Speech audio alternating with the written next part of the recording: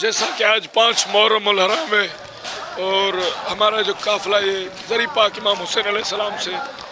ہر سال 5 محرم کو نکلتا ہے، اور آپ دیکھ رہے ہیں